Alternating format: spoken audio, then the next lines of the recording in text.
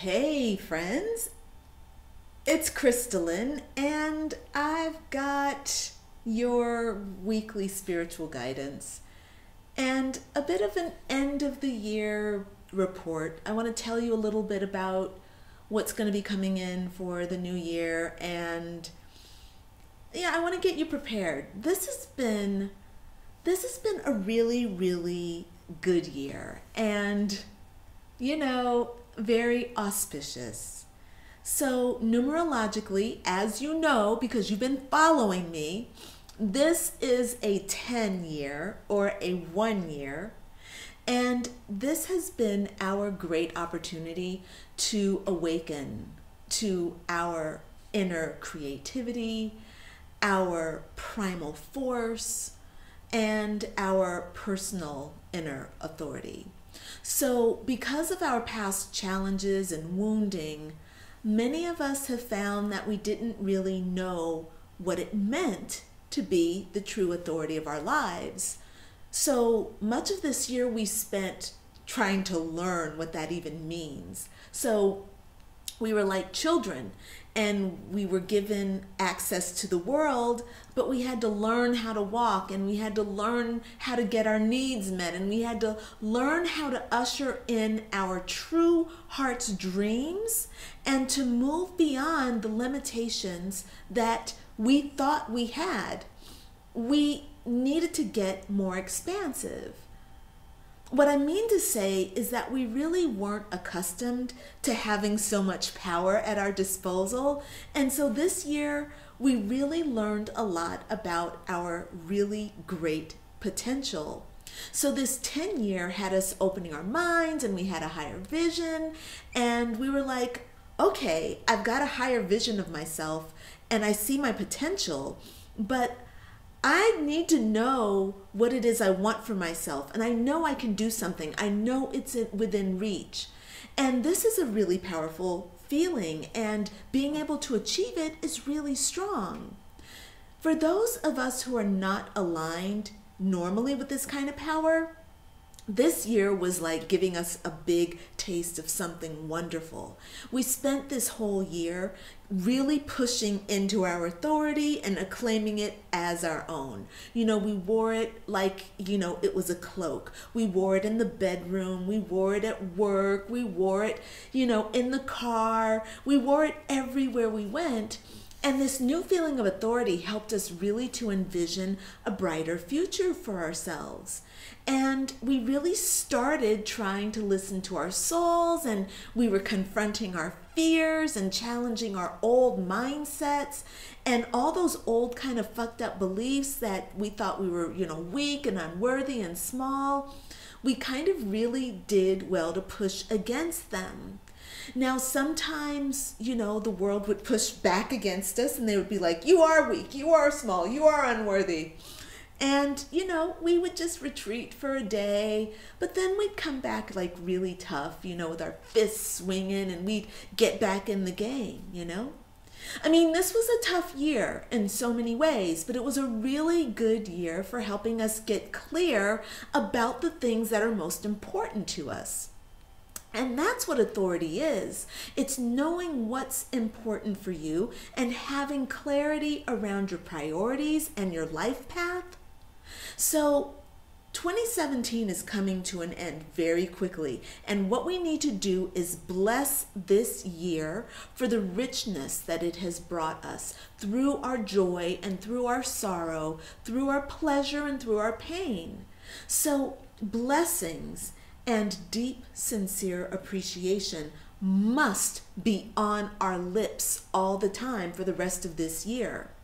True authority blesses and appreciates. True authority is creative, it's generative, sexual, life-affirming, joyful, expansive, trusting, knowing. True authority is unconditional love. It loves without condition, and this is the greatest blessing of all. So this is the nature of God, goddess, source of all. So when we are blessing this year, what we're doing is claiming our we're standing in our authority and we're looking at the whole of the year and we're not feeling resentful or fearful or doubtful or angry or embittered. We're blessing it. We're in appreciation because we know that we are not bound by things that have happened in the past. Those experiences are our gift. They are our gifts. They are our life. So we don't look back on our life with bitterness. We look back on our life with respect, and we are in appreciation. We know that we are at one with God and the universe. Therefore, we are at one with all. So we don't look back with gratitude. Like I said, we're not going to be coming into this with gratitude. Gratitude is for the ego, okay? We are claiming our higher self. Gratitude implies that something was missing and then it was given by some authority outside of ourselves. Nothing, you are missing nothing. Nothing was ever missing from authority. True authority stands fully rooted in God, Goddess, source of all. It stands fully rooted on Mother Earth, and it stands in harmony with the universe. That is the nature of true authority. Because of this strength and truth, authority is not grateful. You can't be. You can't be an authority and be grateful. You can be appreciative. Appreciation is a higher octave of gratitude, and that is what you must claim for yourself. Gratitude is for the ego, which perceives lack. So here we are at the end of 2017, and we're already feeling this tremendous pull into 2018. It's very powerful. So right now, we're feeling the pull of transformation into the higher self, the higher mind. We just had the new moon in Sagittarius, and now we are coming into the winter solstice. The winter solstice happens on Thursday the 21st at 5:30 Central European time, okay? Now, the message of this solstice is that it's time to emerge from the tomb of darkness and to enter into the light. The winter solstice is calling forth your utter magnificence. And this is really beautifully timed because we have Saturn moving into his home of Capricorn. We have the sun moving into Capricorn. And Pluto has been stationed in Capricorn for the last couple of years, or last year. So this powerful dynamic, these three powerful planets, this is setting us up for a deepening of our most significant change, which is into self-leadership. Self-leadership means that we release ego leadership, and instead we accept our divine, badass butterfly nature and use that to guide us through life. 2018 is all about self-leadership. Now, if you have not done so, I would like to encourage you to sign up to receive my blogs. If you're watching this video on YouTube, please subscribe. I'm going to be directing all of my energy, all of my moon reports, all of my astrology reports, all the rituals are going to be about bringing out the inner leader inside of every one of you, giving you all the tools and resources you need. So please sign up to have these notices, these thingies delivered to your inbox, because it's my job to help you thrive, okay? All right, so we have 2 years that we're going to be looking at. 2020, the year 2020. That's the time when Saturn, Pluto, and Jupiter are all going to be in Capricorn all at the same time. Adding Jupiter to the mix means that all the good work you've done from now until 2020 will be rewarded with bonuses and gifts beyond your imagination.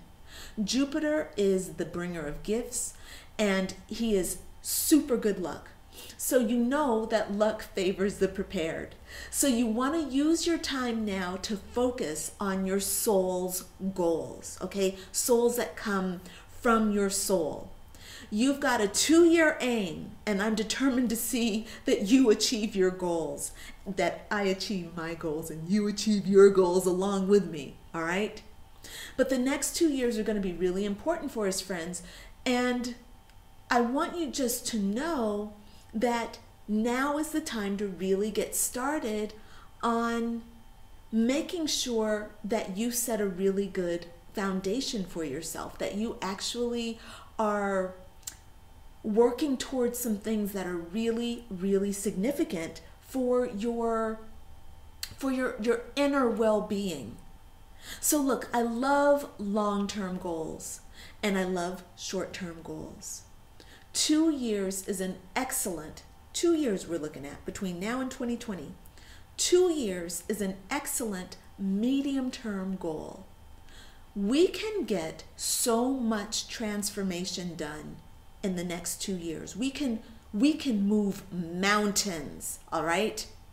These powerful energies that we're doing, that are happening in Capricorn, are foundational energies. This means that for the next 2 years, what we do for ourselves is creating a long-term foundation of prosperity, good health, wealth, abundance, blessings from all dimensions, and good luck. Yeah, good luck that comes when Jupiter enters. We can transform ourselves and put our greatest dreams out into the world, and we can start to see a return on our investment. So look, Capricorn is the sign of discipline, excellence, and depth. It rules the 10th house of fame and honors. So that means it's basically like,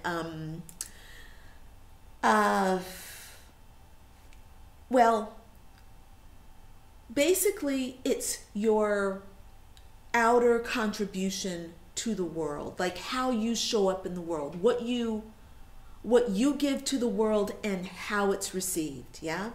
So Capricorn rules this.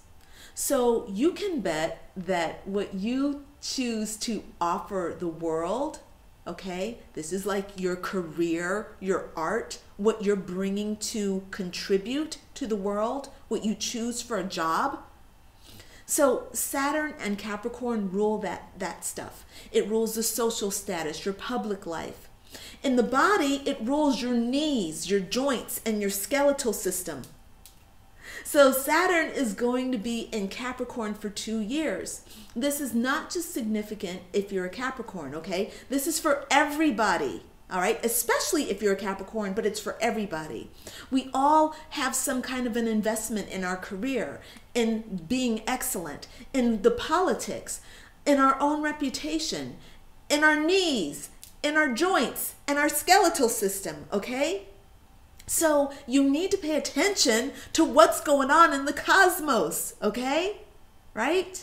So I'm even suffering from a knee subluxation, which basically means that my knee dislocates, okay? Not cool, all right? I'm going to be listening. I'm going to be listening very intently to Capricorn and Saturn. Saturn, I'm an Aquarius. I'm not a Capricorn, I'm an Aquarius. But Saturn also rules Aquarius. So I have to listen to Saturn anyway, which is why I know so damn much about Saturn. I'm ruled by Uranus and Saturn. It's not easy because Uranus, and this is for all my Aquarian friends, Uranus is all about change and progression, and it's up in the air, it's in our heads, and it's far-reaching with its vision, and it loves freedom.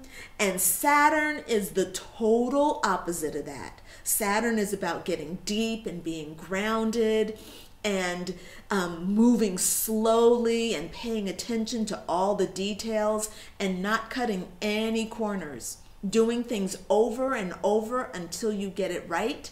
And if you cheat, then you will suffer. Don't cheat. For the next 2 years, don't fucking cheat even once. Don't do it. This is super significant because so many of us want to have great careers and a sense of freedom, especially financially. We want to feel like we are thriving. Saturn's job is to take us there. He's going to make us do it. But his methods are to make you thrive in a not half-ass, I'm a pretender way, but to actually get your ass into integrity. Saturn is going to make you align with your higher self. He's going to make you work hard to build your business or to get your education or whatever it is you set out to do. He's going to make you work hard to promote your work, and he's going to reward us all in the end. That's Saturn. He's known as the taskmaster of the cosmos. So if you have any plans that you want to thrive in your career or in the public eye, I do, then you're going to want alignment with the teachings of Saturn, especially while he's in Capricorn. Do you want romantic success? I know I do. You need to listen to Capricorn. You need to Saturn and listen to the messages he's bringing you. You want excellent health. Do you want to find depth and meaning to your life? Do you want riches and prosperity? Do you want to have a good social standing? Do you want to be in integrity in body, mind, and spirit? Of course you do. You need to pay attention to Saturn because he's going to bring you the discipline and the life lessons that are going to help you thrive. Now, I'm going to be speaking about this a lot over the next 2 years. But for now, I just want you to know what's coming. So right now we're focusing on self-leadership. That's where the universe is calling us right now. So what does it mean to lead the self? Well, I want to look at this from the flip side because most of the people who come to me for spiritual guidance are coming from the flip side of that. What I mean is, most people are coming to me not being self-led, but being ego-led. Remember that the ego is not the self. Ego is a drive.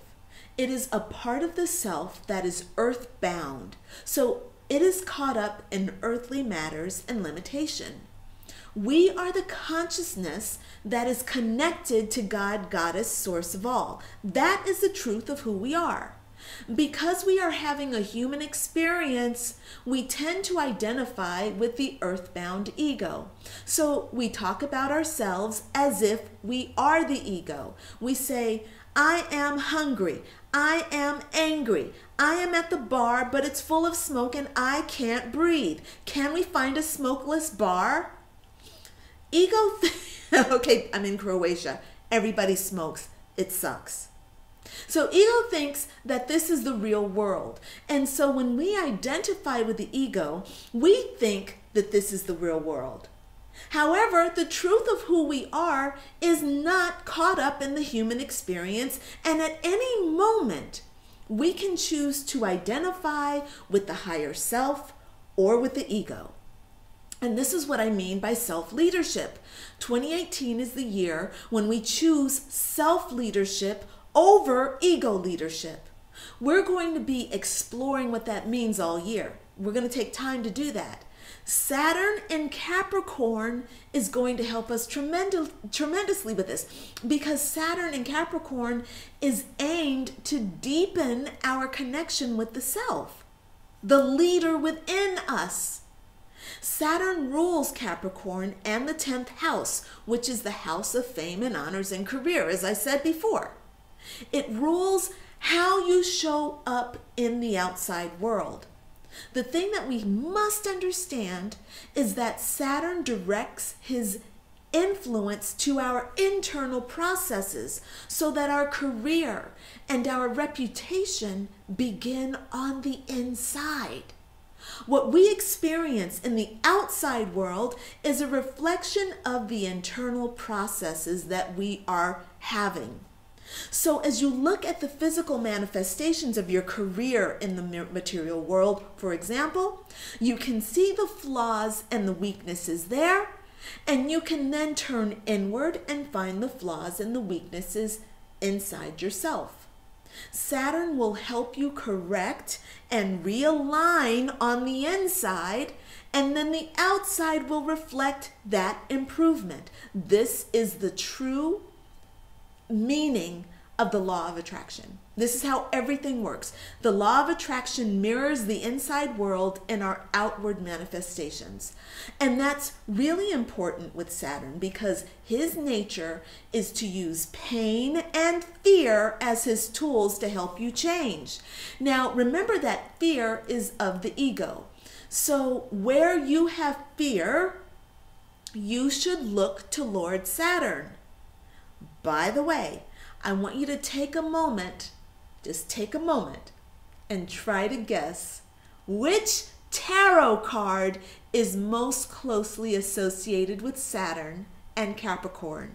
Now, if you don't know tarot, I'm sorry, but I just got to throw this out there because I know a lot of my friends totally are into tarot. But think about it for a moment, and then I'm going to give you the answers in a bit. Okay, I'm going to come back to it. I'll give you the answer. But while you're thinking about it, okay, I want to talk to you a little bit more, just a little bit more about the ego. Now, if you've been following my blog and you've been watching my videos, then you'll know that, I guess, just a few days ago, I wrote you about releasing the caterpillar mind so that you can become the badass butterfly. Yeah?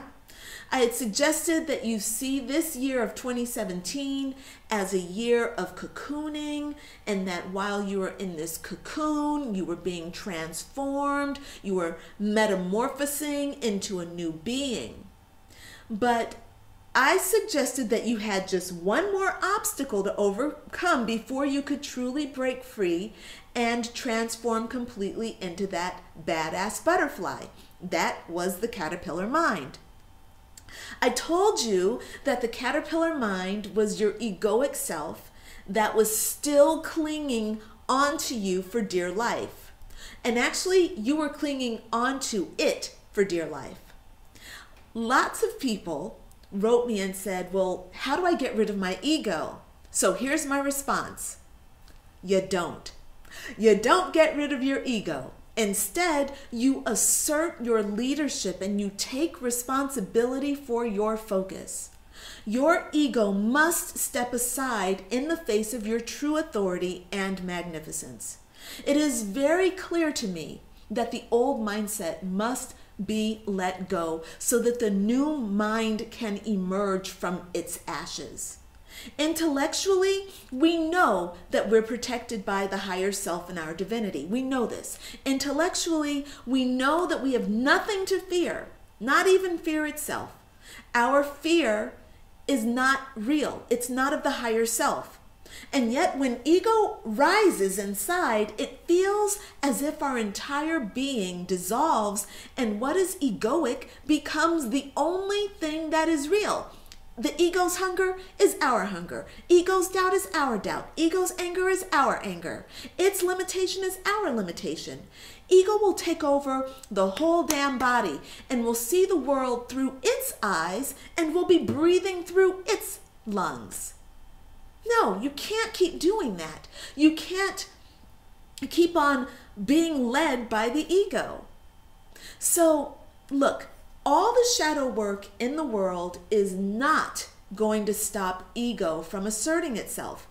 Ego is a natural drive and it's simply doing its job. Ego is a wild beast, and to think that you're going to stop the beast from being a beast is just dumb, okay? A dog is a dog. It's not a human. A tiger is a tiger. It's not a kitten, and neither should you ask it to be.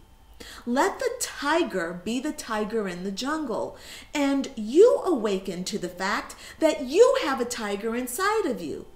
Your ego is like that tiger going wild, tearing up your life and your relationships, shitting where it wants, pissing to mark its territory, and you're not doing anything about it except for coping. Coping is not leading. Okay? I use the analogy of the tiger to show you the depth of the strength of your ego. A tiger is a physically powerful beast, and its natural expression is speed, momentum, stealth, power, focus. Ego is equally as powerful, except it has one natural expression: fear. The more strong your ego, the more powerful your fear. You might act all bold and loud and confident, but the ego is not in the actions as much as it is in the motives. So what's driving the behavior? That's the measure. That's the measure. That's what we have to look at. What's driving the behavior? So I want to ask you, have you guessed which tarot card is associated with Lord Saturn and Capricorn? It's the devil card. I think it's number 15. So the devil card in tarot represents being a prisoner who refuses to break free of their addictions, their compulsions, and their fears. They refuse to be self-led, and instead they succumb time after time to ego's leadership, ego's dominance. The thing is, my friend, your ego is not the problem. Your focus as the leader is the problem. Your unwillingness to commit to your excellence in every single fucking moment is your problem.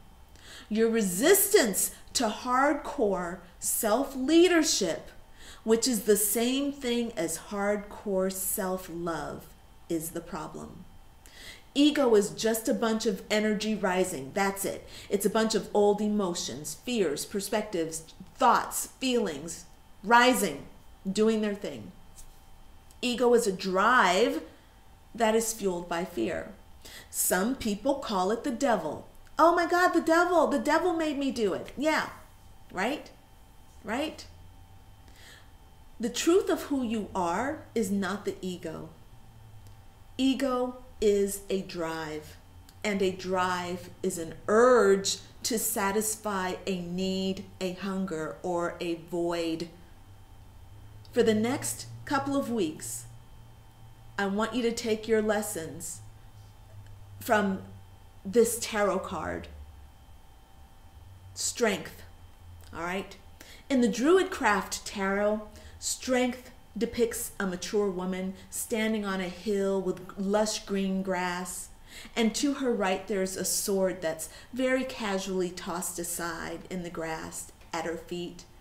And the woman, she stands up very straight and tall, and she's wearing a beautiful rich dress, golden, it's gold, like yellow gold, and over her shoulders and around her neck is a red scarf or a cloak, and her right hand rests on her chest with her fingers pointing at her heart, and her left hand reaches down behind her, and it's just there very gently, and it's touching the neck of a giant boar, wild boar, and it's got, really thick fur, and it's got these protruding tusks, and wild boar are wild and they are dangerous. They're big, giant wild pigs. They are not tame. They're not nice. They are wild. They're dangerous.